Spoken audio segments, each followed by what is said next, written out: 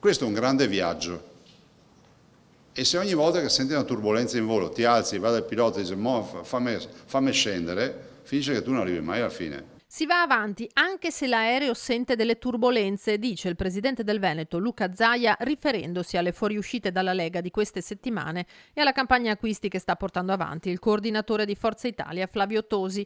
Io mi occupo di amministrazione, non di politica, ribadisce per l'ennesima volta, ma poi prosegue. Io sono della Lega, resto nella Lega, non azzardatevi mai a scrivere altre robe, nel senso che se i cittadini vogliono sapere cosa faccio io, non mi pongo neanche il dubbio.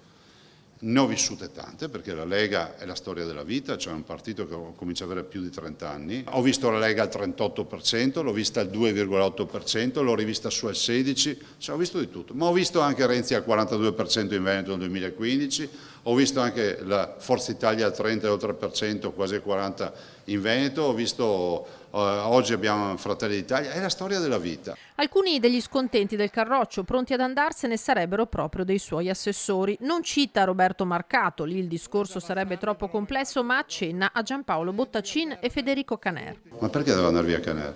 Sta facendo il suo 22esimo, 23esimo anno di regione. È un assessore al quale io ho affidato con fiducia agricoltura, turismo, un sacco di deleghe, cioè importanti, sta seguendo bene il settore, non c'è altro da aggiungere. Nel senso, da un punto di vista mio, io non ho nulla da recriminare all'assessore Caner, tantomeno all'assessore Bottacin. Dopodiché, attenzione, cioè, non siamo in un carcere. Nessuno è costretto a rimanere con la forza, dunque. Infine descrive la Lega che lui desidera e sostiene progressista, dice, e moderata. La Lega vive finché ha identità ed ha un progetto politico che è quello che noi portiamo. Probabilmente abbiamo una colpa. In Italia si parla tantissimo di federalismo, penso che non ci sia più un cittadino che non sia federalista in Italia. Questo è merito della Lega, dovremmo dirlo un po' di più. Ciò non toglie che noi dobbiamo avere rispetto per le idee di tutti.